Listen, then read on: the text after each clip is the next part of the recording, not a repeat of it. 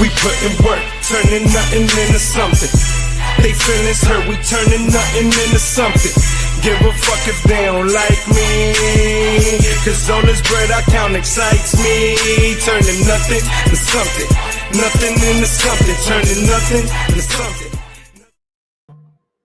What up, what up, what up, what up? What it is, what's going on, everybody? What is going on? Is your boy Hector, you already know, coming to you from Wash Heights as I screw up the screen here, but my man Quay's got my back. Good looking Quay's. What's going on, everybody? It's Blunt Thoughts, episode 25, and listen, we're finally at a point where we don't have to talk about free agency and who we're going to sign and who we're not going to sign and who we're going to bring back and who's not going to come back and who we're going to trade. I mean, you still talk about trade.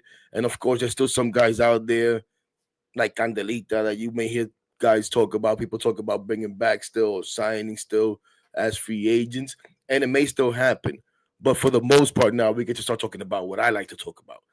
And is the game on the field and the guys on the field and what's going on there. And of course, it's just spring training, and spring training is different for everybody. Everybody has a different plan, and you don't want to put too much into results and all that good stuff. But it's still the game on the field and what we're seeing there, and that's what I enjoy most. So I'm looking forward to that. And for that today, I'm gonna have my buddy Hayden join me, and we're just gonna talk about everything. We had Carlos Mendoza talk today. And he touched on a lot of things that I wanted to talk about, that Hayden wanted to talk about. So it's just perfect, to be honest with you. But before I keep on just rambling on and on and on, hello to all you guys and welcome. Thank you. A little intimate gathering so far, but I'm sure we'll go. And if we don't, we don't. It is what it is. But let's bring my guy Hayden up and say what's up to him. Let me bring him up here. Hey, how's it going? There it is. How you doing, buddy? What's going on? Appreciate you, Hector, for having me on. As always, it's good to be working here, talking Mets baseball, approaching the mists of February, and spring training is just upon us. So it's really exciting to be here. Happy to be here. Yeah, no, it's pretty much here, right? Officially, pitches and catches reported today for the Mets. First official workout is in, 2 days? Yep. And I believe the same day position players report, I believe, if I'm not mistaken, yep. On the 14th. And then the 17th is full workout. So, yeah, we're pretty much here.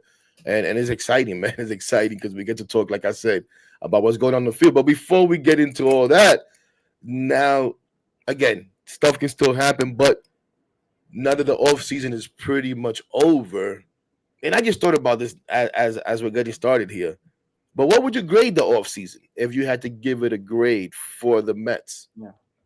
Yeah, I mean, I think this doesn't come to a surprise, but, the Mets have essentially won the offseason. I think as soon as they got Juan Soto, they essentially won the offseason. So, in my honest opinion, I think the Mets had the best offseason than anyone in baseball. Like I said, you got Juan Soto, and I said even before Juan Soto was a Met, whoever gets Juan Soto wins the offseason. And by strong coincidence, it was the Mets, so that really panned out well. And then, they had some nice sprinkle-ons of bringing back Pete Alonso, Jesse Winker, Sean Manaea, a couple other guys like A.J. Minter. So, really good moves like that. But, if I were to grade this offseason, I'd probably want to give it a A-, B+. I really can't be very negative with this Mets team right now. They really kind of did what most Mets fans wanted to, and that was re-sign Pete Alonso. They did that. They brought back Sean Manaea. They brought back Jesse Winker. And then they went out and they got Juan Soto. I think those were kind of the big moves, and, a couple other guys, supporting cast guys, depth pieces for the bullpen. But, I really believe that the Mets got an A-, B+ caliber offseason with the moves that they made. Yeah. No, I agree with you. And one thing you said is they pretty much did everything we wanted, except for maybe Iglesias, right? And like you said, also early on, everybody was like, oh, who's winning the offseason when the Mets got Soto, and then the Yankees, pivoted and made the moves that they made. And they were like, oh my gosh, but the Yankees got so much better. They fill so many holes. with the money, and the Mets only just filled one hole, and they still don't have Pete Alonso back. Who's gonna hit behind Pete Alonso? They still don't have a rotation, and blah blah blah blah. And I said, then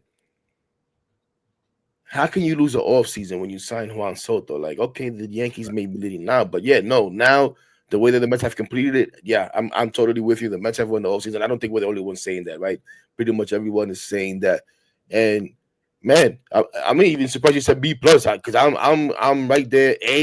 I was debating A plus, maybe A minus and an A, and if anything, that's just because Yeah, I mean, I don't know. we could It's say they didn't get a frontline starter, right? Like a big headline stealing starter, or someone that everybody could say, "Oh, we have an ace."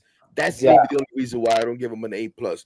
Other than that, yeah, A minus. I think pretty damn good offseason for David Stearns. absolutely. Yeah, I mean, they really did everything that most Mets fans wanted. Bringing back Alonso, power bat, like you said. They didn't get a frontline starter, whether that was a Burns or a Luis Castillo. But you look at the Mets' depth of the bullpen. And you go into it. I mean, this time last year, a lot of Mets fans were nervous with the rotation. Mets fans did not trust Luis Severino. Mets fans did not trust Sean Manaea. Mets fans were uncertain of guys like David Peterson and Tyler McGill, and they shut me up. They proved us wrong. That could definitely be the case for a guy like Frankie Montas. Listen, I'm not going to say a guy like Griffith Canning is going to come out and be electric, but listen, if he can go out there and provide depth, eat up innings like he's supposed to do, and quality baseball, you'll take it.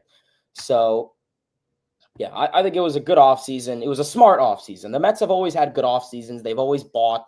We saw it the last 3 years of the Cohen offseasons. They bought.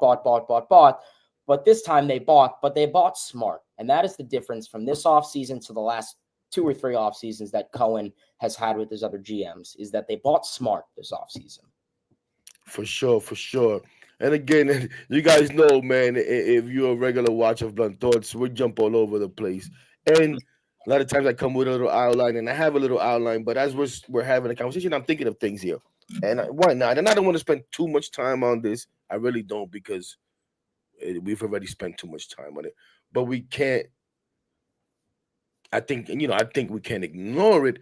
And the first thing I want to say is, for those that are wondering, why hasn't there been a Pete Alonso press conference? When are they going to do a Pete Alonso press conference? And then so on and so forth. Well, we heard today where Carlos Mendoza said that, they're still waiting for him to do the physical. He couldn't even really talk about him freely because he hasn't cleared the physical. It sounded like he said, he's going through the physical right now, as if he was maybe somewhere in the facility doing it. I don't know whether they'll do the physicals. Maybe they do it here in New York, but we know he was probably in the process of doing that today. So maybe tonight, tomorrow, early tomorrow, they should announce that the deal's official, and then we'll hear from Pete Alonso. But just real quick, Hayden, how do you feel about the deal, the way it all played out? Obviously, I know you're happy to have him back. I'm happy to have him back. We wanted him back. But how do you feel about the deal and how it ended up playing out? Yeah, I mean, I think, going into this offseason, it was imperative that the Mets brought back Pete Alonso. I agree with what Steve Cohen said and how a lot of Mets fans felt. It was an exasperating, stressful process. Was it more stressful than the Soto signing? Well, we don't know. I mean, I'm sure in 5-10 years from now, we'll find out some report about what happened with Boris and Pete. But he just got Boris guy, and it was tough. But, you look at what Pete has done here. And, heck, we talked about it all last season and the beginning of this offseason. And I think Pete Alonso got a reality check with Scott Boras and said, listen, really no other team has given me an offer. Toronto and Anaheim were a little bit interested, but I don't really think it was anything serious. They probably, similar to the Mets, wanted a short-term deal, or maybe Toronto gave them a longer deal, but the AAV was much lower. I just don't think many teams, including the Mets, trusted giving Pete Alonso a multi-year deal, long-term contract. And, I guess you look at it in hindsight, the Mets kind of panned out the way that they wanted it to. Obviously they gave him that deal off last offseason. He declined it and said he's going to test the market. He's going to bet on himself, and didn't have the best year. He went into this offseason, and obviously 2 years was like 53 million. And 54 million. $54 million and opt 2 out. years, 54 million, 30 the first year, 24 for the second. Not whatever. bad. Once again, Alonso, betting on himself this season. If he has an amazing year, he'll definitely opt out and want to test the market again, which as he should. I don't blame him. But he's an aging first baseman. He's a big boy. He's not extremely athletic. He's known for power, and to an extent, that's frankly about it. But if you're a Mets fan, you're happy.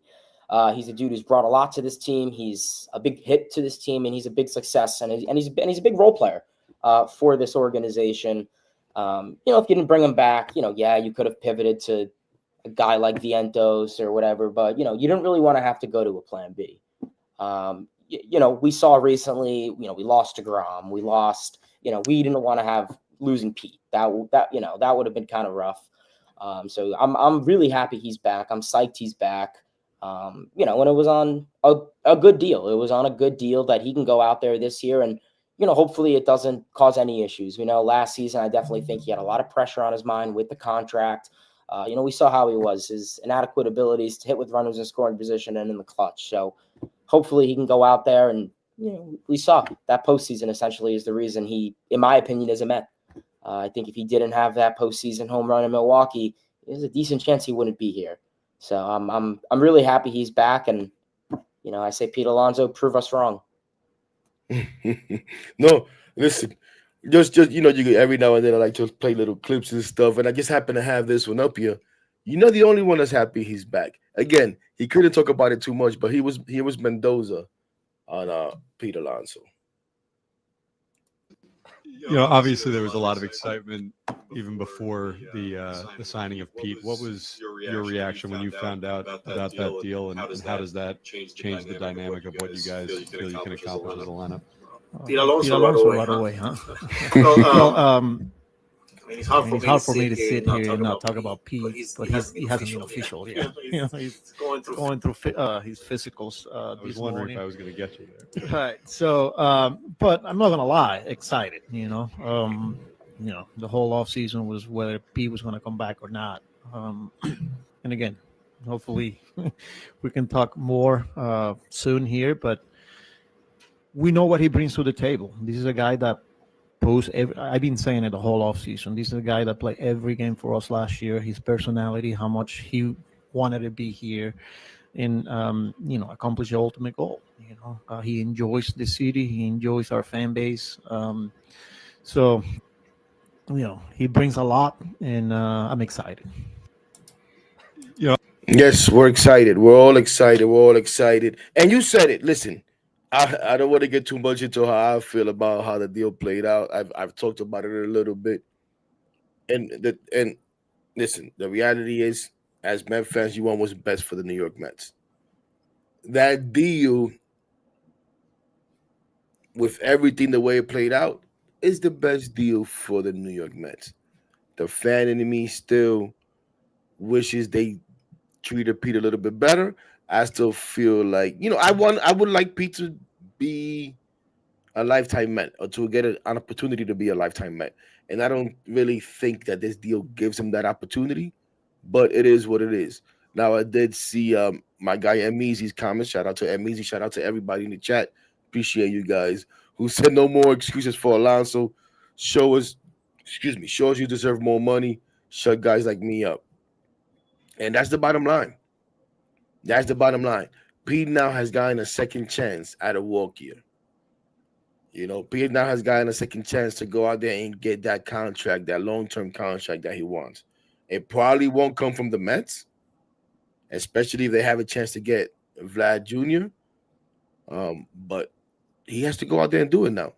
So you guys, you guys are right. He needs to prove it. Yeah, listen, give me no million and I'll go out there and play. But for 54 million, yeah, there's definitely no reason to be upset at all. Let's see, where can we go from here as we leave the Pete Alonso situation alone? But the good thing that happens with Pete Alonso coming back is we don't have to hear about Mark Vientos moving to first, which was driving me crazy. The young guys, helping to fill that void and all of that good stuff. So that I'm happy about that. But I don't know about you, Hayden, but coming into spring training now, what I've been thinking about is okay. There's a couple of spots that are secure, right? Whether it be in the pitching staff, you know, on the field, whatever. But I'm looking like for where are the competitions, right? Where's their opening? What do we need to look at besides the young guys, right? That you want to see who may be close to coming up, who can maybe make a spot for themselves in spring training, because sometimes that happens, you know. And again, Carlos Mendoza touched a lot on today what that I was thinking about talking about. And like I said, one of the things that we don't have to think about is who's going to play third base, who's going to play first, how is that going to be divided. But one thing that stood out to me was when Carlos Mendoza spoke about second base Yep. and Jeff McNeil and Luis Angel Acuna. And we saw that way back at the Fan Fest, Amazing Day. He said Luis Angel Acuna is going to be a big part of this team. And that opened eyes. And everybody's like, oh, yeah, Acuna, you know. But then he would also say, and so is Jeff McNeil, and so is such and such, and so is such and such.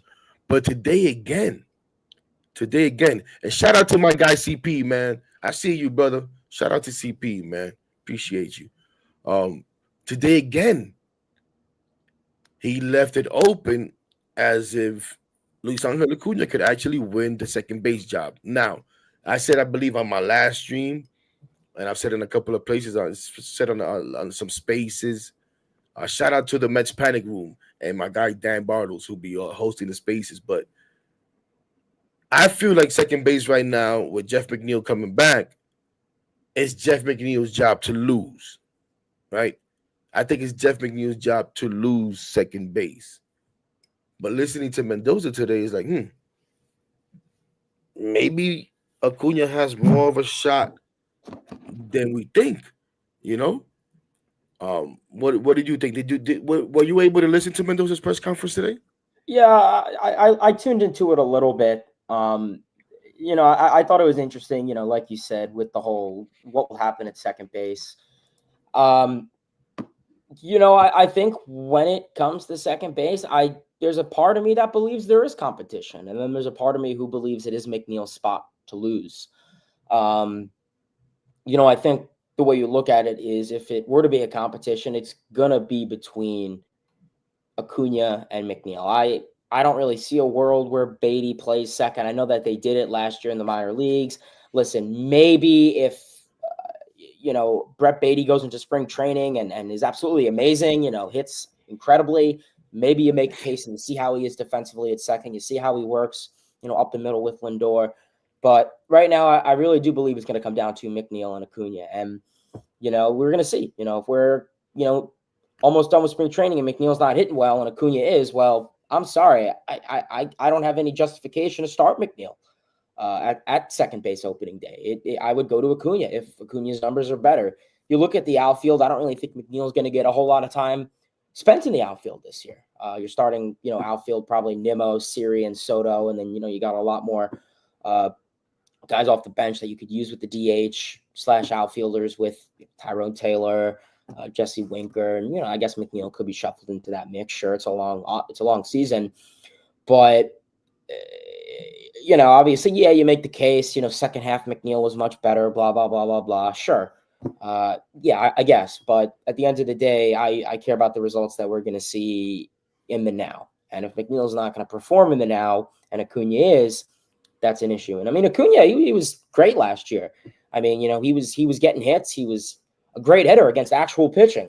He got against that series against Philly, Nationals. I mean, he played probably 20, 30 games at least, including the postseason. He was great defensively. So yeah, I solely do believe that there will be a competition in spring training for second base. And I feel whoever performs better is simply going to get that opening day spot. And I do think McNeil has the upper hand due to him being, obviously more of a veteran player, if you want to call him that, than a guy like Acuna. But I think right now there is a competition, but McNeil does have the upper hand. No, for sure. I agree. I think McNeil has the upper hand, and I think deservedly so. And listen, you talk about Acuna came up last year. We have to remember that was a very small sample size. and he did very well. But we also have to be careful how much of that was adrenaline that carried him over. He was able to handle it well. Sometimes you come up in those situations, and there's always going to be adrenaline, but you're not able to handle it. You're not able to channel that adrenaline, and you have a tough time. For him, he didn't. He was able to handle it. And listen, maybe this is the player that he can be in the major leagues, but we really don't know. And how much can we find out in spring training? That's also difficult, right? Everybody comes into spring training with different agendas, with different goals, right? A lot of the veteran guys, Lindor, Brandon Nimmo, uh, who else? That are the guys that are secure, even a Peter Alonso, a Juan Soto. You don't care about results. A lot of the time, those guys come in and they're working on certain things in spring training. And today I'm only going to swing at fastballs. Today I'm only going to swing at whatever the case may be. I'm only going to play Brandon Nimmo. I'm not going to play in games till later on in spring because I hope like he's been doing the last couple of years. And I wonder if that's going to be a thing for Nimmo this year. Do we think that Nimmo is going to not be anywhere seen the first week or two of spring training? Oh, definitely. You think? Definitely. Yeah. And I don't have a problem with that, though. That's helped him to stay healthy. I don't think that's. Yeah. I have no problem with that at all. I know some people last year were like, "Oh, maybe if he got to spring training." First of all, he's there. Yeah, yeah. It's not like he's not there. It's not like he's not working. He's just not playing in games. He doesn't feel the need to play in these games early on. I don't think that's a problem. And again, that's helped him to stay healthy. So anything that can help him stay healthy, I'm all for it. Now, we know he's not completely healthy this year as he's coming in with the plantar fasciitis, and we'll see how that plays along. But that's why even more reason to believe that he's going to take his time. But what I'm saying is, so spring training is different for everyone. For Jeff McNeil right now, spring training and the early part of the season are both important, right? He himself talked about how he needs to get off to a hot start, to a quick start, how he needs to have success early because he had let me see if I can pull it up here. Because I actually had a quote that I saw it a couple of weeks ago in the Post, and then yesterday I was reading a story on New York Mets on SI by Lindsey Crosby. Not even sure who that is, but I saw this story, and he again shared this quote by McNeil, right? And I just had it up here, and it says, "I want to see some good numbers in spring training this year." McNeil told the New York Post last month. I think that will help me out. I think I didn't have the year I wanted, so you want to do well in spring training. You haven't played in 4 or 5 months, so it is tough to get off to a hot start in spring training. But those last few weeks of camp, you want to be hitting the ball well and driving the ball a little bit and have that roll over. So I think for him mentally, it's important to get off to a hot start, both in spring training and carry that over, And we'll see. Listen, maybe if Acuna plays well, and they see, because another thing is, I don't think they weren't going to want to have Luis Angel Acuna up here and have him sitting on the bench. Yeah, I think that's the thing, and I think that's the reasonable case that you can make with a lot of minor league players, and they said it with Brett Beatty. The last 2-3 seasons is if he's not going to play every day, why have him rock the bench? Send him to Syracuse and let him play every day, and I guess that's fair. I think Acuna is a little bit more of an interesting case because I think he's a little bit different than Beatty or any other minor league prospect right now, where he could offer a little bit more, whether it's the speed but you're right. If that's the case, I'd rather him in AAA if he's only going to be playing the 8th, 9th inning twice a week. Right, and I think that they would prefer that as well because they don't want to stunt his growth that way. Then at the same time, if it really was someone who was bored, with the minor leagues last year and, coming up and him saying that he saw the ball better up in the majors, how does that affect him going back down? And can you really, evaluate him like that and see what kind of ball player is? If he goes back down to the minors and starts struggling again, what does that mean? You know what I'm saying? Like, so I don't know. I think it's tough. But yes, and I think it's a good idea. I mean, it's not a bad thing to have him battle for a job, and his versatility could actually help us and kind of hurt him. Maybe if Acuna has a good spring, they say, you know what, we'll give the job of second base to Acuna, and we'll keep McNeil as a lefty bat off the bench. As the utility guy who could play second, third, maybe even some first. And I know you said earlier we don't see how he'll be in the outfield, but maybe even some outfield. Who knows? You know what I'm saying? But I was just excited because I don't know, man. And I'm a big Jeff McNeil guy, and I think Jeff McNeil could have a big bounce back year. I Yeah, really do. I've always been a big proponent of Jeff McNeil. I've been a huge Jeff McNeil fan since his debut 2018. Obviously, he's had some rough years. We saw 2021. Obviously we saw 2023, and I guess the first half of last year. And you can make the argument the shift. You can make the argument of that launch angle swing instead of just slapping the ball. Sit here and talk semantics all day, but I think, like I'm easy, and I was just about to say that, is the versatility is his biggest advantage to playing time, is that you could throw him at left, right, second. I mean, God forbid you ever needed third base, I guess. I mean, they haven't really done that since like 2019, but still, is his ability to be a utility player. If he was just solely a second baseman, yeah, the days of Jeff McNeil would probably be limited, but I think his ability to be a utility player could be his advantage and hopefully keep him in the lineup. I'm a big Jeff McNeil fan. I like him. I part of that 2019 squad. He's a great player. He's a great table setter. I would imagine this year he's probably going to be batting low in the lineup, and that's fine. Less pressure on him. Hopefully that'll be a benefit to him. But we'll see. Another year where the shift rules are in place. Maybe he's adjusted to it. We'll see how he handles that in spring training. So Jeff McNeil, once again, go get it. Prove us wrong. I would love McNeil to prove me wrong. So prove me wrong. No, absolutely. And shout out to the Hobbit who says Lindsey Crosby is a YouTuber and dumps on the Mets because he follows the Braves. I guess I don't really know who that is. I just saw the article. I read it. There was some good information in there. So I'm going to share a little bit more of it, which I thought was interesting. And listen, I don't get into too much of these crazy numbers that they like to use and all of this nonsense, right? But this stuff stood out to me because I was like, man, really? This doesn't seem like much. But little things matter, right? And I don't know. Let me see where it starts here. But it says, it also, I reading this article, I thought about something because we saw Daniel Murphy do a couple of games last year. And Daniel Murphy talked about how he switched into pulling the ball and trying to hit the ball out of the ballpark and all of that good stuff. And he talked about maybe Jeff McNeil doing something similar. And I was like, no. I want Jeff to be a hitter. I don't want Jeff to be that guy anyways. So, they talk about how, and we also talk about it, McNeil wasn't driving the ball. He was just like throwing his bat at the ball, right? So besides driving the ball doesn't necessarily mean that you're going for home runs, but you want to drive the ball wherever the hell you hit it. And he started doing that right around the All-Star break in the second half and before he got hurt. And we saw that McNeil's numbers got better. But one thing that stood out is it says StatCast's new bat speed and swing length metrics illustrates McNeil's mechanical changes that are unlocked his old form.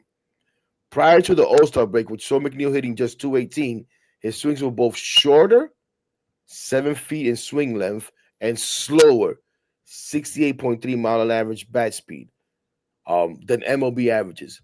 But a move to both a longer 7.5 feet in swing and faster 69.5 miles per hour helped McNeil rebound.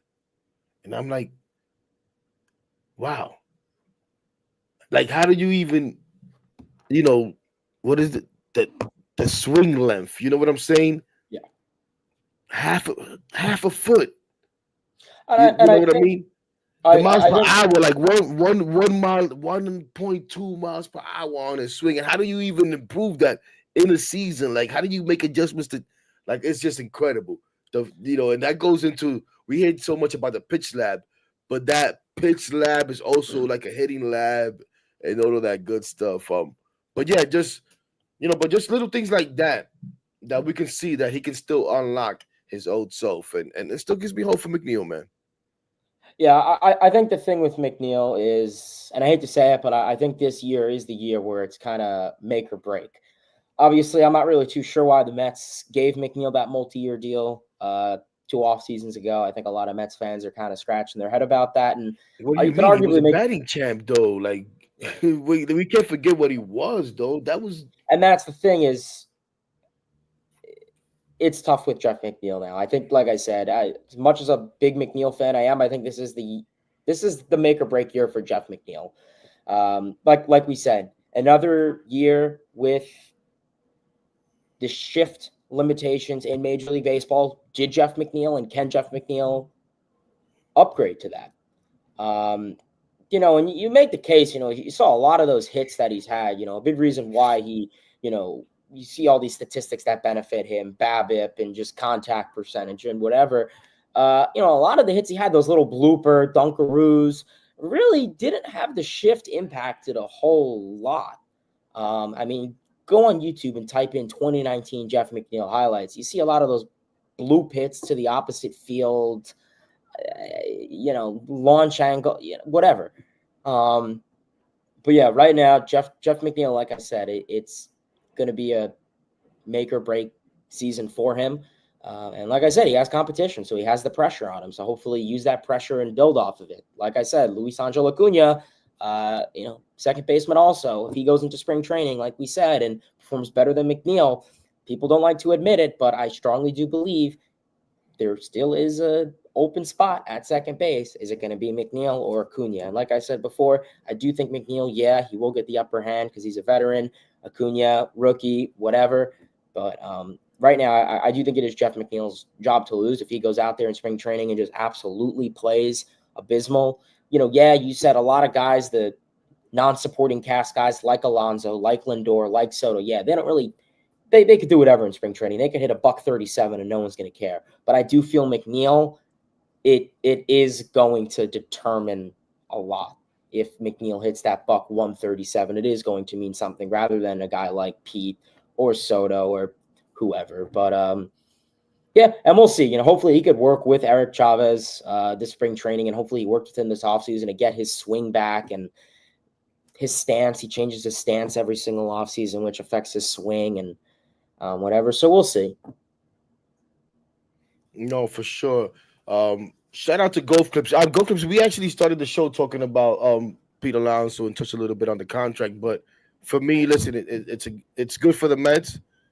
I wish it was a bit more of a longer term contract for Pete, but I understand why they did what they did. I understand the prospects of being able to get Vlad Jr. And who the heck wouldn't want to have Vlad Jr. on their team, right? So we're not gonna go too nuts about that. I saw something else here in the comments that I wanted to touch on real quick, but now I'm losing it. But anyways, the other thing, and I'm trying to see here, that was I guess a little eye opening to them. Well, not eye opening to me, but the other thing that came out of today is the fact that the Mets are going to use a 6-man rotation. The Mets are going to use a 6-man rotation. People were wondering about that, like I said earlier, to open up the show as well. And, David Stearns told us this back in the GM meetings that they were looking to go 6-man rotation whenever they could. And they're gonna use the off days, as Mendoza said today, but it's all contingent on Kodai Senga being healthy. Now they said that he feels completely healthy. He's 100%. I was a little surprised to hear Kodai Senga today say that he just recently started feeling 100%. I think he's like second week in January, he said, which was like, whoa, wait a minute. You're starting to feel 100%? Why the hell were you pitching last year then? In the playoffs and stuff like that. And I understand not everybody's 100% when it comes to that moment, but that's if you've played the whole year. You sat out the whole year and came back and okay, whatever. But, so we'll see what's going to happen with the 6-man. Like, I don't know. They asked Carlos Mendoza, do you have any locks? And again, listen, guys, I apologize. I'm not the greatest at making graphics and stuff like that. And I don't have time. I was trying to do some stuff today. So I just got this little thing here that I was doing. I don't have everybody on here or anything like that, but I do want to just show it real quick, just because um what do you call it? Just has a few of the names that I think matter right now. And I want to get your opinion. When we talk about the starting rotation, Hayden, I got 4 locks that I think will fill the first 4 spots in the rotation, right? And to me, that would be Shamanaya, Kodai Senga. I'm going to put Frankie Montas there, and Okay, Dave yeah. and David Peterson, right? And if you see the number next to the guys, that's just how the guys who have options and how many options they have. And David Peterson does have an option, which I don't think they would mess with that, but who the hell knows? And then competing for the next 2 spots, I have Clay Holmes, Blackburn, your favorite Griffin Cannon, who you mentioned earlier, and Tyler McGill. I would think that Clay Holmes would get the upper hand on these guys, or the lead on these guys, to win that 5th spot, and then that would leave the other 3 for one. And Blackburn, we'll see what happens with Blackburn. We know he's coming back from injury. We saw that Mendoza said today they think he could be ready for opening day. They're gonna try to get him ready for opening day, but we'll see how that works out. But I don't know. What do you think when you said when I said Montas, you were like, you didn't have Montas as a lock as a starter for you? I think my definite locks, I agree. I think Shamanaya, 100% a lock. I mean, in my opinion, he's your ace. I'm sorry, but I'm throwing him out there game 1 opening day. Yes, I wanted to touch on that. I'm glad saw you what mentioned he that. We'll did get to that. last season. That Chris Sale, like arm slot adjustment really benefited him for pretty much 90% of the season last year. I mean, he was your ace. He was the guy that went out there and got the job done. Quality start, 7 innings. I mean, when Manaea was on the bump, you were pretty confident going out there. He got the job done. So I think Manaea's a lock. Obviously, Senga, the 6-man rotation is really going to surround how Senga is health-wise. If, Senga, like I said, if, we see how he is in spring training, and the Mets and, the Mets medical staff are not super comfortable with Kodai Senga, I think that it's really going to come down whether it's a 6-man rotation or not. Senga, too, I would argue. Frankie Montas is someone who I'm really high on. I think, you can make a lot of similarities to a guy like Luis Severino last year, or even Shamanaya in this case. But Montas definitely probably more on the lower side of the rotation, a 4 or 5 guy. Just go out there, eat up innings. David Peterson, I definitely value him in the rotation, as I've been a big proponent of having a predominantly left-handed rotation. I think that's a benefit in Major League Baseball now these days. David Peterson, he had a great year last year. He does have some minor league options, so I could see the case that if everyone is performing up to par, that they do, that if they do put David Peterson and even a guy like Tyler McGill, that if they do put a guy like Tyler McGill down in the minor leagues, like I said, they do have the minor league options. Blackburn, Canning, like I said, they do have enough service time to decline a minor league assignment. So I guess that'll kind of be a situation that they're really just going to have to go on and monitor throughout the spring training and, the next, obviously the first month of the season. But ideally, I am confident with this Mets rotation. Obviously, you didn't get a huge frontline starter this offseason. You didn't get a Corbin Burns-like guy. Obviously, I'm happy the Mets didn't bring back Severino. I'm more than happy the Mets didn't bring back Quintana. He's a bum. I hated him since day one. No, not really. But you saw what he did last year. He let down, and he was old. He was a veteran, and he couldn't pitch. He couldn't pitch the innings. And I'm sorry, but right now I need a guy who's going to go out there and give you innings. You have the uncertainty of some guys in this rotation with Kodai Senga, and I need all hands on deck. And if Quintana is not going to do that, then he's out. But I think there's a lot of upside with this rotation with guys like Montas. I think McGill, I know we're seeing in the comment section, I think McGill is going to show a lot. I'm kind of shocked that they're going to transition him into a starter But I think more so shocking was Jose Budo, that we saw Carlos Mendoza talk in the press conference today saying that Jose Budo's gonna, you Yeah, know, stick and I was planning with on that. getting to that next too, as we had the pitching staff conversation. But one thing that you said I'm totally with you on, and I've been telling people lately because I've heard some people say recently, "Oh, we should bring back Jose Quintana," and I'm like, "No, no, no, no, no. Listen, we got everything we needed to get out of Jose Quintana. He was good down the stretch last year. He was great. He was pretty damn good. But let's not forget that for the better part of the season, we wanted him DFA'd. Yeah. You know, and listen, maybe Jose Quintana will sign on with somebody and go out there and have another decent year. I do not think it's the end of the world for the Mets not to bring Jose Quintana back. I am totally fine not bringing Jose Quintana back. Again, doesn't mean that he wasn't great last year. He was phenomenal. Ended the season great, gave us some big innings, some big starts. Thank you so much. But I really don't know if we need to bring him back. But ladies and gentlemen, let's hit that thumbs up button up there on the YouTube, man. Let's get some more subscribers, man. Help your boy out, trying to get to 500. I'm gonna have Hayden share all his information. I got his Twitter account in the description. I think you do what do you do your thing on? Is it on YouTube that you do your Because that's where Yeah. I've watched it before. But we'll have you give him that stuff. I was gonna look for it, but I couldn't find it. But help us both out, ladies and gentlemen, and help this video out by hitting that thumbs up button and sharing it to everybody. Very intimate gathering today, which is okay, but we would like to see more people come in here.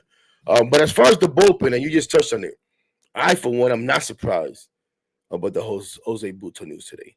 I think that's where he belongs, and I think if we're gonna go 6-man rotation, right? I think it is important to have guys like Jose Buto in the bullpen because you're gonna need him to go multiple innings. Now we're gonna see now that he's prepared to come out of the bullpen, and they said they've talked about this all off season. So hopefully he's a little bit better about bouncing back and being able to pitch with maybe only one day in between if he goes 2 or 3 innings. Um, maybe be able to pitch on back-to-back days if he only goes 1 inning and stuff like that. But I'm not surprised about Jose Buto. And again, same thing as with the starters, as you could see here on the list that I had. I have locks for the bullpen also, right? And those are Edwin Diaz, Ryan Stanek, to me. And I had these up there before Mendoza even spoke today. Jose Buto. I have AJ Minter up there, hoping that he's going to be healthy. We saw Mendoza say today they're hoping that he's going to be ready for opening day. We'll see how that goes. But these are the guys that are locks to me. A Reed Garrett and a Daniel Nunez, again, if he's healthy, I think should be a lock. And again, those guys also have options still. Reed Garrett and Daniel Nunez. We'll see how that works out. But I don't see them. Maybe a Daniel Nunez could be sent to the minors, but how would that be? Would that be option to the minors? Is that going to be, Yeah, I think it would. IL extended, so that it doesn't count as an option? We'll see how that works out. But then you have, and I only put a few guys up here. They have so many guys, probably guys that have a better chance than these guys. Who the hell knows that I didn't put up? But you got the Sean Reed Foleys, the Justin Hagenman, Danny Young. Are we going to have a second lefty in the bullpen? Is if AJ Minter's not ready, would it be Danny Young? Wasker Bazoban. I don't know why I have Danny Young up there twice. Genesis Cabrera. He's another lefty. How does that play out? Max Kranick, who we heard today, along with Jose Buto, is going to be one of those multiple inning guys. So it's gonna be interesting. It's gonna be interesting how that all plays out. But as far as the bullpen, what do you think?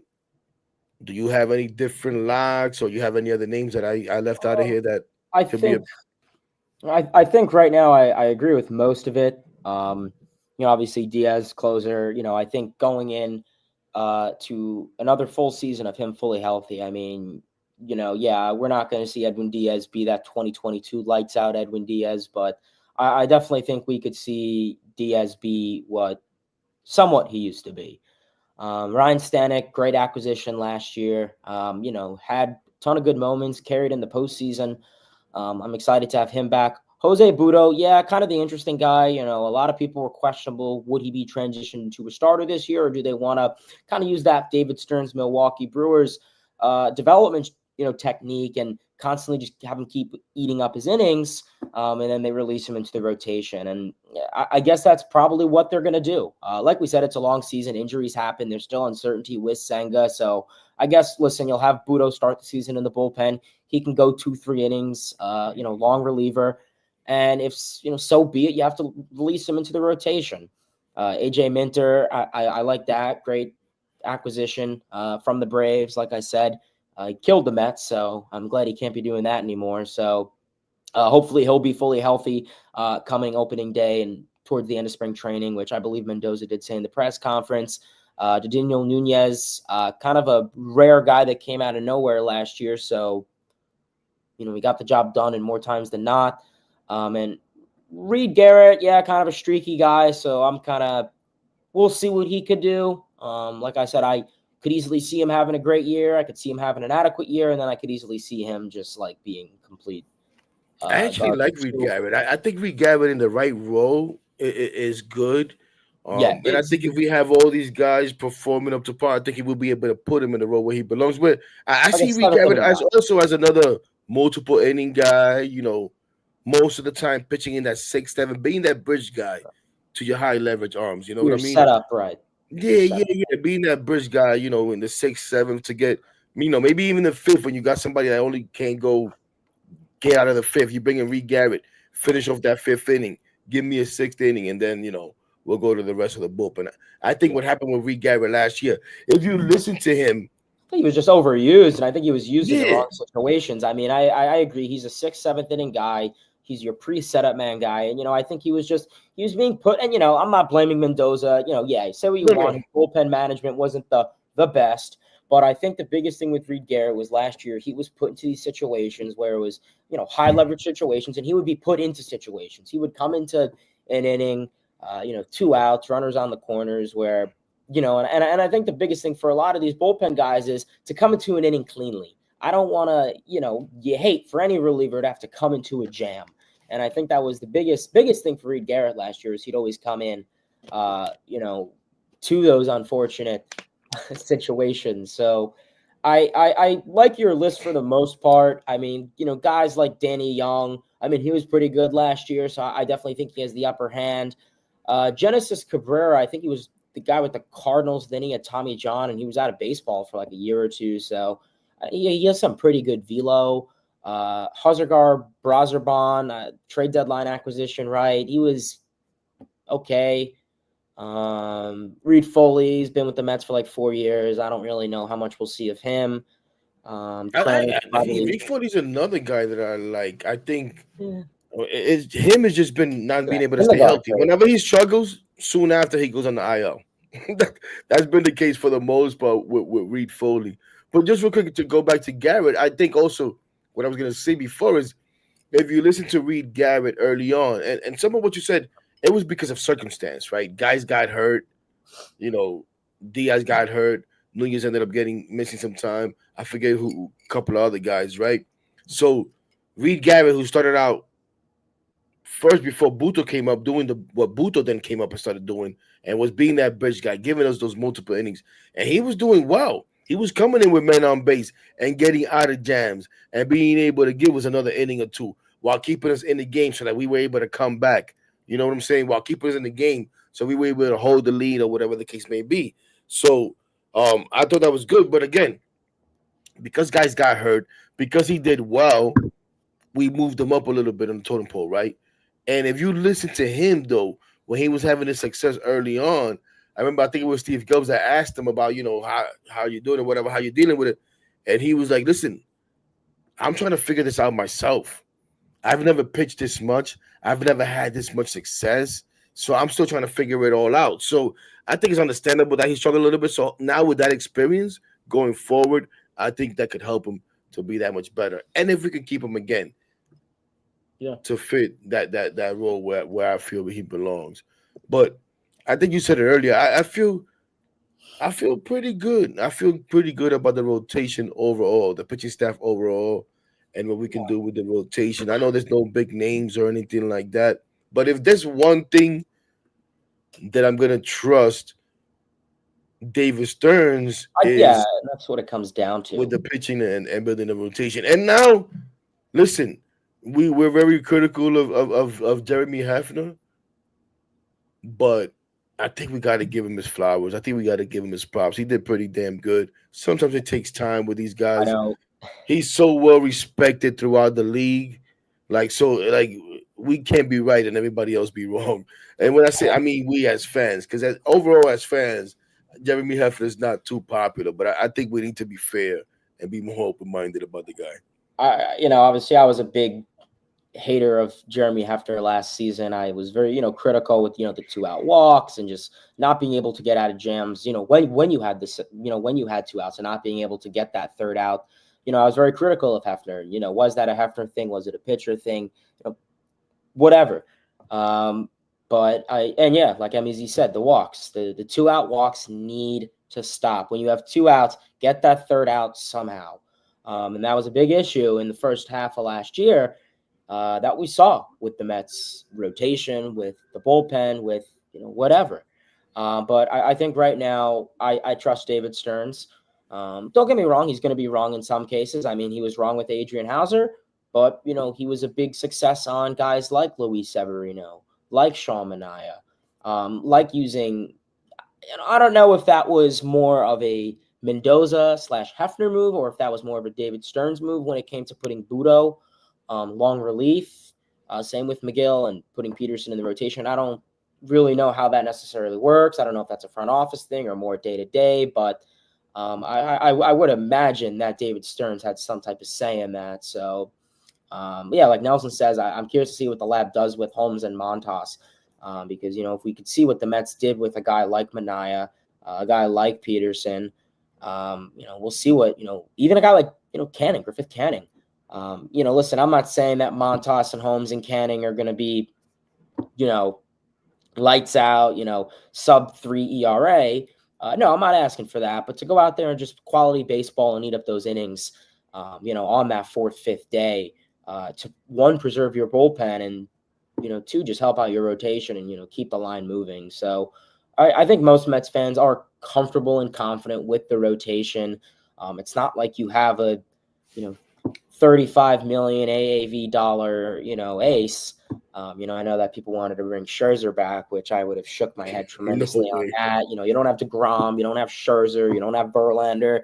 I'd rather the Mets have a rotation that is underrated than highly rated, because it seems that when that's the case, it doesn't benefit the Mets. So, right now I'm comfortable with it. I'm comfortable, and I believe that if an injury goes into play, and we saw in the second half last year, when someone went down, another guy came up and did the job. And I think that could be the case for the Mets this season. It's a long season, 162-game season. Stuff happens. No, for sure. And we know I didn't put them up here, because listen, they would have to be like phenomenal to be competing in spring training. But you do have a guy like Brandon Sproat. You do have a guy like Blake Tidwood, who they've invited to, Major League camp. That maybe somewhere along the line, like you said, maybe because of injury, just maybe because of their performance and someone's performance being lacking up in the major league level, you have those guys come up. So it's a long season. We know that the roster today is not going to be the roster maybe opening day. Definitely won't be the roster by June, and so on and so forth. And it sure as hell won't be the roster when it comes to the playoffs where we hope to be at. But on the point of the walks and Jeremy having to work on the walks, I don't know. I think it was my last show because I forgot to reference it when I did the Amazing Day show. But on Amazing Day, and I always said this last season, do we really think Jeremy Hefner is telling guys, hey, yeah, just walk that guy? Obviously, that's not what he wants. Sometimes either guys aren't good enough or they're just not executing, right? So it stood out to me because this conversation always exists. And as MEZ said here again, Hefner has to correct the walks. I was sitting in the bullpen for Amazing Day. And in the bullpen, where the guys sit right inside there, right above them, it's a big sign. And what does that sign say? Attack. Attack. Attack. Yeah, just being aggressive, in Right? this situation, right? So attack means throw strikes, right? Be aggressive, throw strikes. So when we talk about these guys are nibbling, too many walks, and this and this and that, it's not because Jeremy Heflin is not telling them to throw strikes. It's just because they happen not to be executing at the moment. So that's what I'll say to that. But looking forward to it. I feel good. Yeah, and we'll see what happens. Another thing that you said again that I was thinking about touching on is because it's been coming up the last couple of days and a couple of chats and stuff, and it's the opening day starter. And I definitely think it should be Sean Manaea, in my Yeah. opinion. And I think you share that opinion. Listen, I know Kodai Senga was the ace in 2022, but that was 2022. I mean 2023.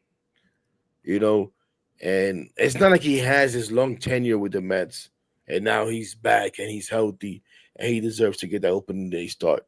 I think Sean Manaea, if everything works out perfectly and everybody's healthy going through spring, I think Sean Manaea earned that opening day start, in my opinion. Yeah, I think Sean Manaea is the opening day guy. I mean, you saw what he did this postseason, or the previous postseason. And Sean Manaea was essentially a big reason to why the Mets were in the postseason last year. He was a big influence to the Mets' success last year, and I don't think there's really any other guy that I would want out there that isn't him. So, listen, if Senga was healthy, then maybe, but we don't even know what Senga's future in the next couple weeks is going to look like. So, yeah, right now I agree with you. It's Manaea. Yeah, I think it has to be him. And not only that, Hayden, I was looking at the schedule, right? And the Mets have maybe 2 days off. Definitely at least one before they come back home. If they really wanted to, Shamanai could start opening day and the home opener when they come back home. Yeah, and that I did notice that. Yeah, that would be good. Now we'll see if they do that. And we'll see how early they're gonna go with the 6-man. Again, they said 6-man, but they also said they will use the day off to kind of like implement that extra day of rest without maybe using that 6-man, which is also I'm gonna be interested to see how they use that coming out of spring training. Because you may only need 4 starters for like the first 8 games because of the days off. So do you still bring those guys up? Right, I think there's a rule where you can only have 13 pitchers, right, on the roster. So if you have 6 starters and you bring all those guys up to start the season, and even throughout the season, that's why I think it's so important to have guys that can throw multiple innings in the Max Kranichs, and the Reed Garretts, and the Jose Buto, because you're only gonna have 7 guys in the pen. That's not that many arms. The last thing you want is an overtaxed bullpen. Right. And if you're going 6 starters, and then if these guys are only going 5 innings a clip, 6 innings a clip, that's another thing. I want to see these starters start going at least 6 innings, man. Give me 6 innings. Give me 6 innings, And that's something that, we saw a lot of a difference from the first half of last year to the second half of last year. Is the first half, guys were only going 4 or 5 innings. They weren't even qualifying for a win. And then the second half last year, we saw guys like Manaea and Severino having a little bit of a longer leash. Mendoza put more trust in them and would let them go out there and ball for 6, 7, 8 innings. We saw a complete game from Severino in like September, I think it was, August against Miami. Shutout. So, you don't see that in baseball very often. So I think that'll be good for the Mets, and it helps out the bullpen tremendously. Back up your bullpen. For sure. Shout out to Darren, who said, I think that was a big issue against Dodgers who don't chase, putting men on base. When I challenged them, he had success against them. Yeah. That's true. That's true. Another comment I see from you, Devin, is that Diekman was one of the biggest culprits when it came to walks, and the reason why that stands out because I was having fun earlier today when we saw that Diekman signed with the Braves, and I said, you know what? A few years ago, if this was the old Mets, I would have been like, great. Watch Diekman turn into the good arm coming out of the pen. Like, I'm not even gonna say lefty specialist, but just lights out, and AJ Minter turn into a scrub. Like that would happen with the old Mets. But now I feel confident in what we're doing and what we do. That you know what, Diekman went to the Braves. Whatever. Good luck to Diekman. We got AJ Minter, and I feel good about AJ Minter. Even if I had some fun with him at Amazing Day. Um, I don't know. Let's see what else we got here. Is there anything else? Anything you had in mind? I mean, I think the other thing is, we know starting Marte. He talked about starting Marte Mhm. and Jesse Winker getting, basically the platoon at DH. Yep. So I think that's something that we've expected. And he talked about something that I keep saying.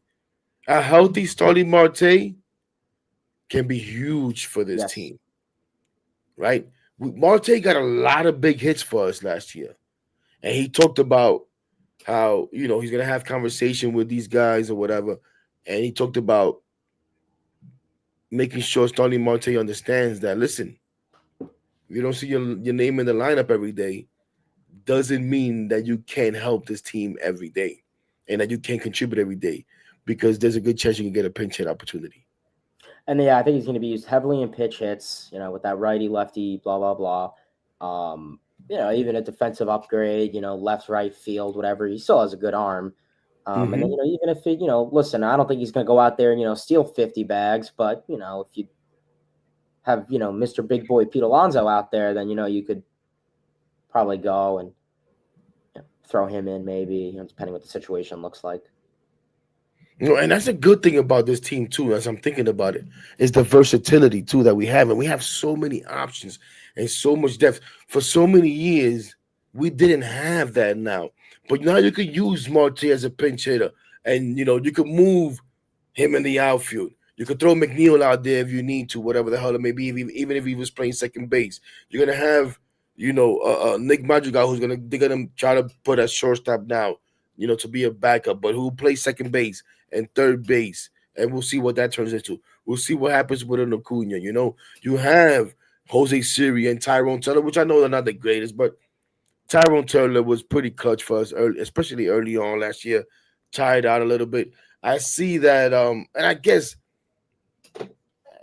I don't know what I really thought about it, but I seen almost all the depth charts where Jose Siri's put as a starting center fielder and Taylor as the backup. But we have so many options and so many guys that we can move around. Taylor could play all three. I'm pretty sure Siri, if we needed to, could play all three. Of course, you're not going to put him anywhere but center field because that would be a waste for Jose Siri. Yeah. But it's just it just feels good, man, to look at the team, to look at the roster. And listen, people are still trying to trade Marte and go get this guy, go to get that guy. I like the roster the way it is. I really do. I like the way the roster looks right now. And I'm a Marte fan. I think Marte and Jesse Winker could be good at DH. Shit, I'll be honest.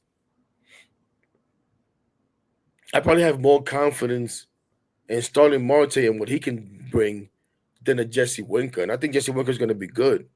And we know what he brings, in the clubhouse and just the fire and the energy that Jesse Winker brings. But well, if we're really honest, there was a time there that Jesse Winker was kind of driving us nuts because of lack of production. You know what I mean? So, Yep. but we'll see how that goes. Before we get out of here, why not have some fun? I mean, it's still too early for all of this, but it came up today.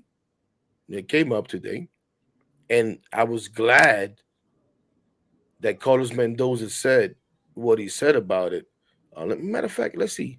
I had all of these things bookmarked and really haven't used any of it. But let's listen to this here. Let's listen to this here. Hold on,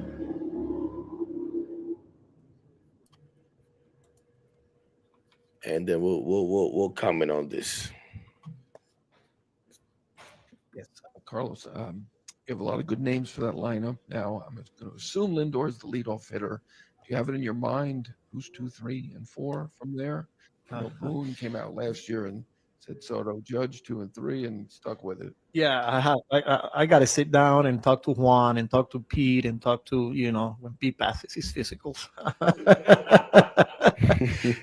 With Vientos, I mean Nemo. The good thing, John, is we got some really good options here. And whether you go Soto, second, third, Lindor, Pete, Vientos, you feel good about your chances, right? So again, too early. I've been playing around. I'm not gonna lie. I've been playing around what it's gonna look like if we go this way. What about if we go that way? But who we're facing? I mean, when talking about a guy like Soto, I don't know, But again, I gotta have those conversations with them. Let it kind of play out and see what's best for the players, what's best for the team, and then we'll go from there. We can assume Lindor's in the leadoff spot. Yes. Yes,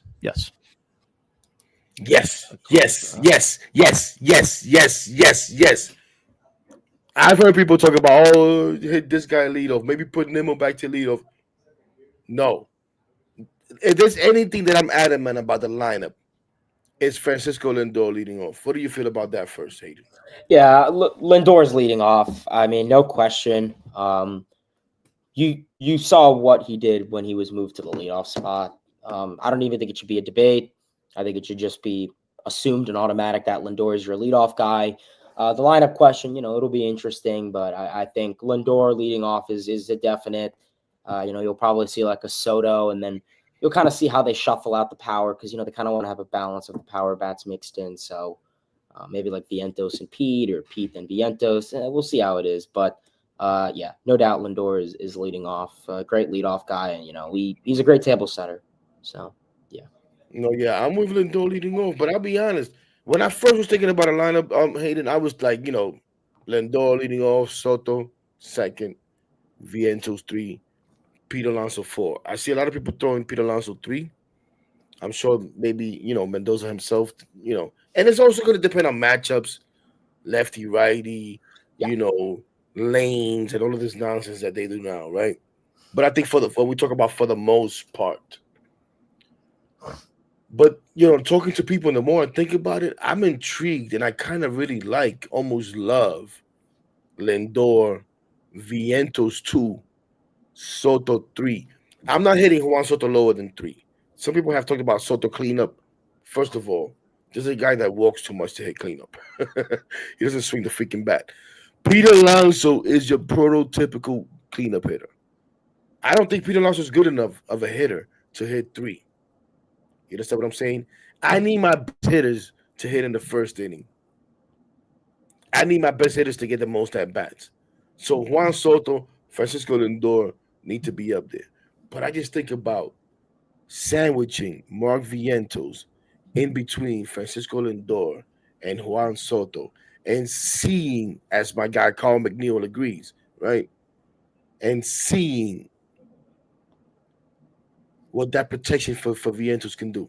Because we talk about maybe, sophomore jinx, the league makes adjustments, and all of this good stuff. Well, if you put him between those two guys, Lindor's getting on base in front of him, and you got Juan Soto that's not going to give an bat away behind him, followed by Pete Alonso, hopefully having a better year, and then a Brandon Nimmo, as McNeil said there, Carl McNeil said.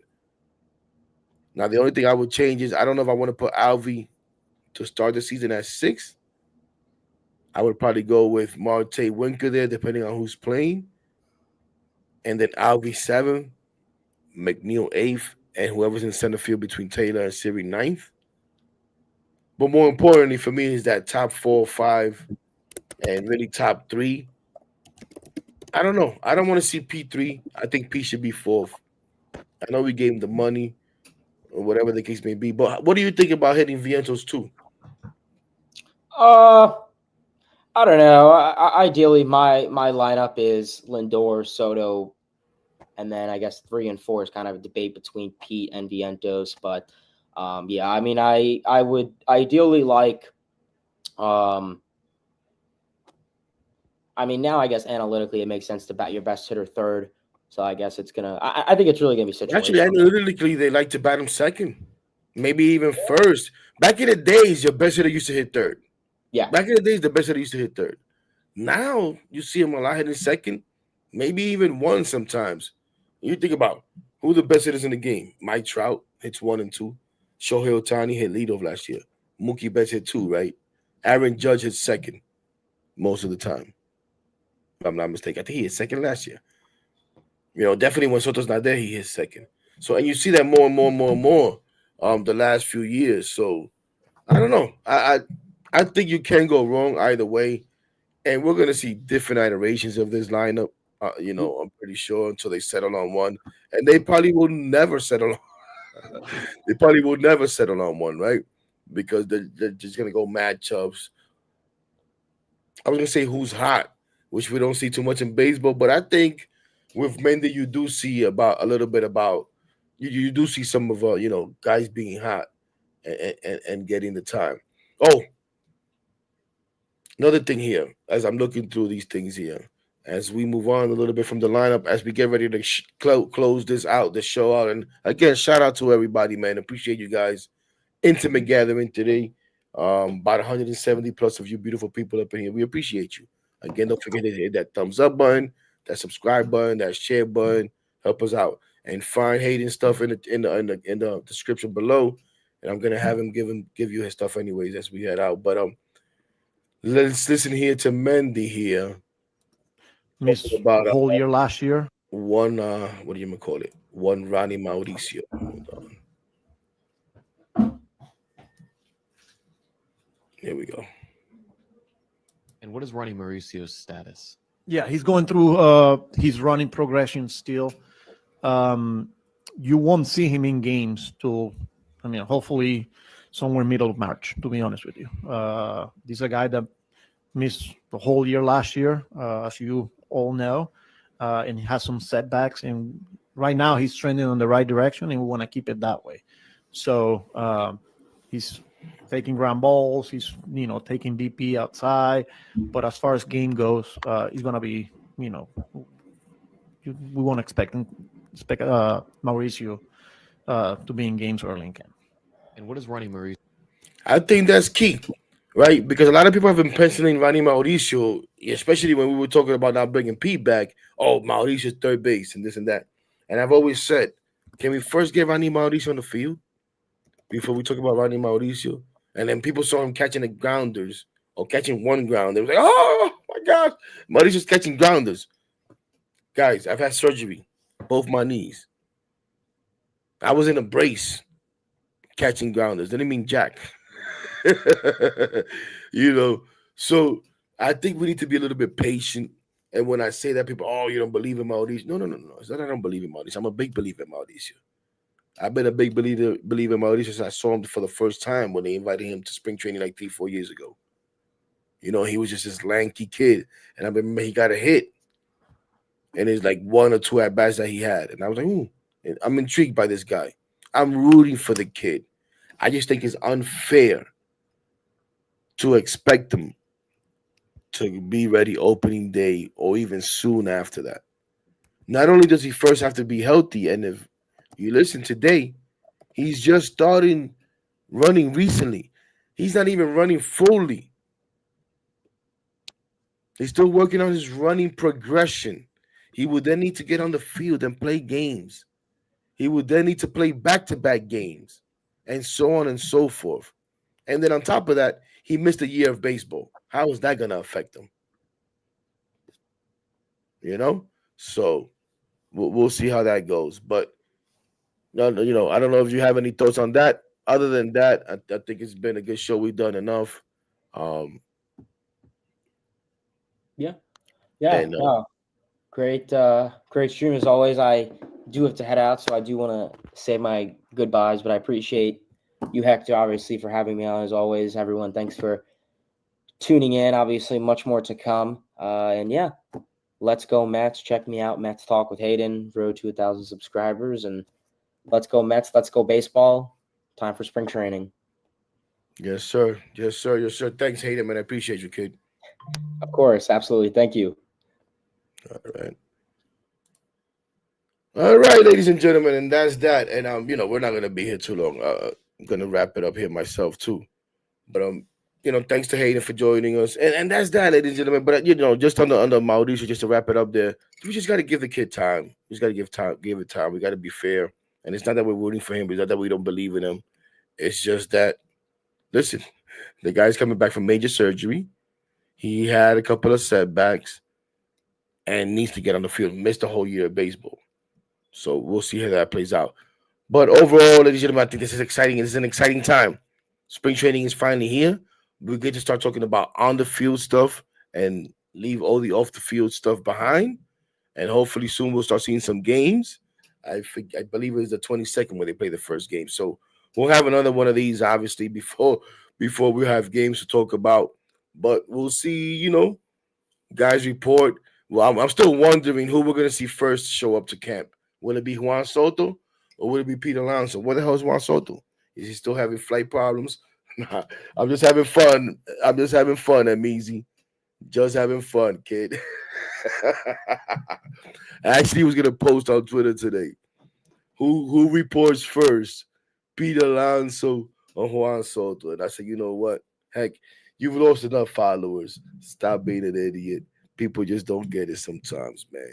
People are so uptight. But anyways, ladies and gentlemen, thank you so much for those of you that showed up tonight. Again, an intimate gathering. Guess people are tired of hearing my nonsense. Nah, just having fun. And we'll see you again next week. Actually, no, we won't see you again next week. We're going to see you again before next week. That's another thing I wanted to say. We have settled into the weekly shows during the off season, right? Because there's not so much to talk about. Some weeks we did more than one, right? We have settled into on Tuesdays.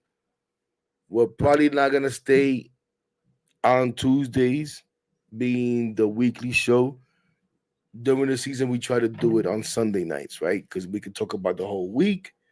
Usually you wrap up a series, you wrap up a road trip or whatever the case may be, and you're going to start anew on Monday. So we're probably going to do that during the season. We're probably going to start shifting towards that. But besides that, I'm not going to say we're going to come on here every day, but there's a good chance we're going to start coming on here every day and just to reacting to whatever happened out throughout the day out in camp during spring training. And of course, during the season, you'll hear from my dumbass every day, right? So look out for that. But definitely now during spring, if not every day, maybe every other day. And it'll be much shorter version of what we've been doing. Maybe quick 25, 30 minutes recap on the day, what's going on, anything that we found out, whatever the case may be. So just pay attention to that. But again, we appreciate you guys. Soto's already in camp with a Bobby Valentine disguise. You think so? I don't know. Haven't seen him. Take that disguise off, Juan. Nah, again, man, I'm just having fun. Just having fun. But thank you, ladies and gentlemen. This has been fun, like always. And as always, LFGM. And look out, because you're going to see a lot more of your boy. Other than that, everybody have a good night. Peace out.